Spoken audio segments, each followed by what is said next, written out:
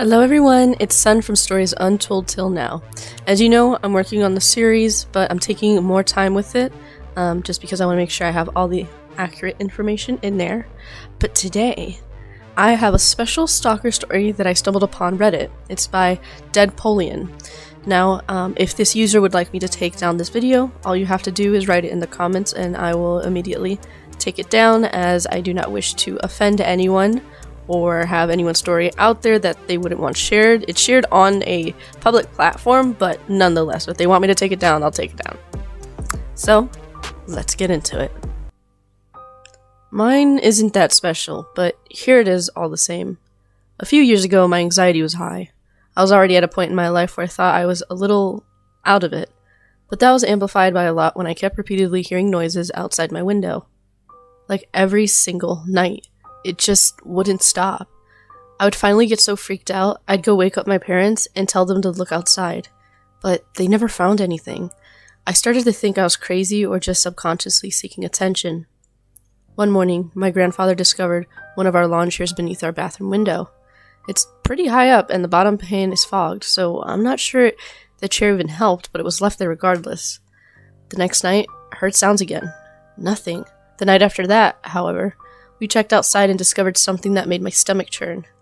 A small step ladder was sitting directly outside of my window, back just enough to allow someone to sit up on it, but still see. On my windows was a bag of now cold McDonald's, which is just up the street from me. Most of the food was still in there, but still. Some crazy person had been watching me doing absolutely nothing of interest in my room, without me knowing, for I don't know how long. The cops were called, nothing happened. I felt crazier than ever. No one was to be found, but at least we had some evidence that someone that shouldn't be hovering around our house was at my window, watching intently through the blinds in a space between two curtains. Heard noises the next night, ran outside, nothing. Earlier in the night, I'd sewn my curtains together, which hopefully made it harder to see in. Apparently, it did, because now the crazy asshole had taken to climbing on top of our air conditioning unit, and from there, climbing onto our Herbie/garage, and then they could stand on it so he could see above where the drapes went.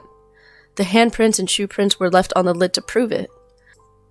I should also mention that there were now holes in my screen. I heard these holes be created. He took a stick and sharpened it somehow. We found it outside my window and was trying to stealthily break away the screen bit by bit. The hole is still there. The next night, I distinctly heard the gravel near my window crunch. There was simply no mistaking my sound. As steadily as I could, I let out a small moan he surely heard and rolled just out of view, as if I was sleeping. Then pressed myself against the wall out of view of the window. Very quietly opened my door and crept down the hall. My heart was pounding. Normally, I knock on my parents' door, but I knew the slightest sounds would make the bastard bolt, so I quietly opened their door and sneaked in, then informed them that there was, without a single doubt, someone outside my window. They didn't mind the intrusion and got up, got dressed, and formulated a plan, and crept out to the back door. I ran to the bathroom to stand on the edge of our tub and peek out the window. Just as the back door was thrown open, my parents ran outside like morons, and sure enough, they saw him. They started screaming as the man leapt off the Herbie and bolted down our driveway, which was what I was looking at. They all screamed all sorts of horrible things at the top of their lungs. "You sick MRFer, I'm gonna effing kill you," from my dad. "You effing freak," from my mom. He ended up escaping across the street, hiding behind a house adjacent to us. The balls on this bastard. He kept peeking out at us as we all stood outside, but we wanted to leave him there so the cops could finally nab him. They were called, they came, they searched, but they never found him. Bastard must have hopped the fence or something. Still, to this day, I hear sounds outside my window, even in the dead of winter. But he's never out there. He might have just been a peeper, but he targeted me specifically, and for months, until he was almost caught. What really, really pisses me off is that once he lost interest in me because it was too unsafe, he moved on to the house down the street with two little girls. He actually managed to get in through the window, and their dad caught him just standing in the middle of the room, watching them sleep, jacking, I think. I still don't think he was caught even then. All I know is that it could have been way worse, but it messed me up. I trust the men in my neighborhood even less now. The men around here stare very blatantly. I've been chased home by one. I've had a guy try to jerk me into his car when I was passing him, telling him no. I didn't need a ride and to leave me alone. All these years later, I still hear shit outside my window and freaked out.